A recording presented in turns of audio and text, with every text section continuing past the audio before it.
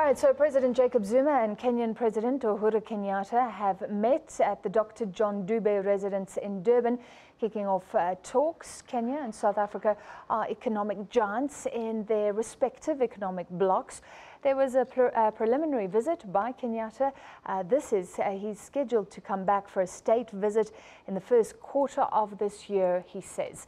Among issues discussed, regional peace and trade relationships between South Africa and Kenya. This is a working visit by President Uhuru Kenyatta.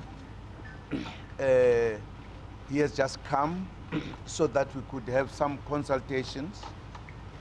Of course, we do this also as part of looking forward to the state visit that is going to be made by the President in the first half of this year, and also to talk about those issues, partly because we want to strengthen our relations, take them to a higher level, and we thought that when we meet at that time, we don't raise the issues that would have been ready to conclude. So this was absolutely important.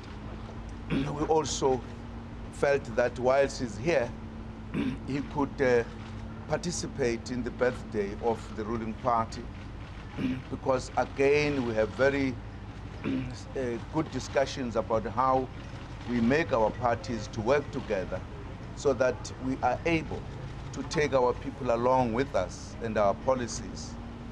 We also had a bit of discussions about the situation in some areas in the continent, particularly South Sudan, which is quite a challenge to all of us.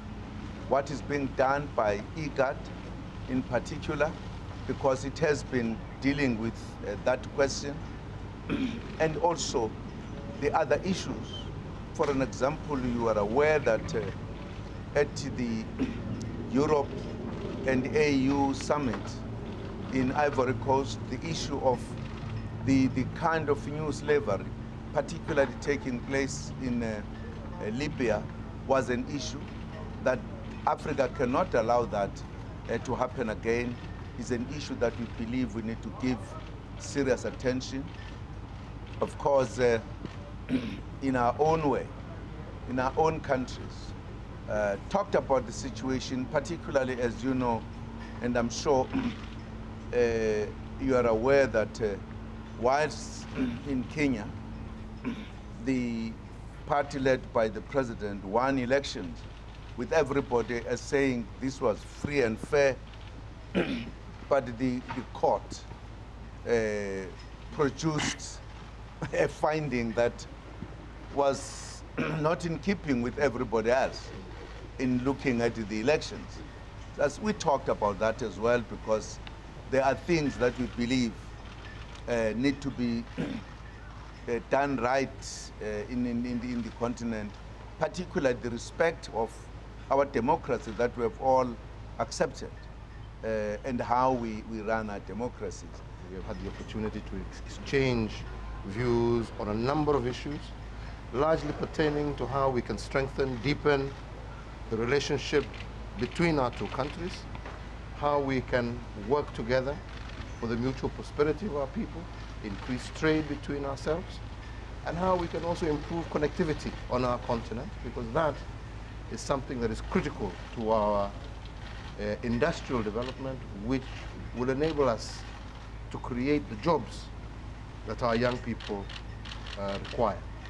So we have talked about deepening the partnership between our two countries. It is already a very good and strong one, but we want to take it further and to the next stage.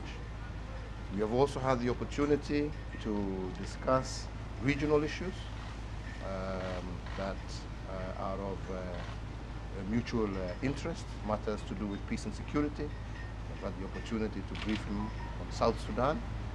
We've had the opportunity also to discuss other issues, as he has mentioned, of a conference that he attended, to do especially with these issues of the slave trade and other issues. So we have had a good opportunity to exchange on those matters.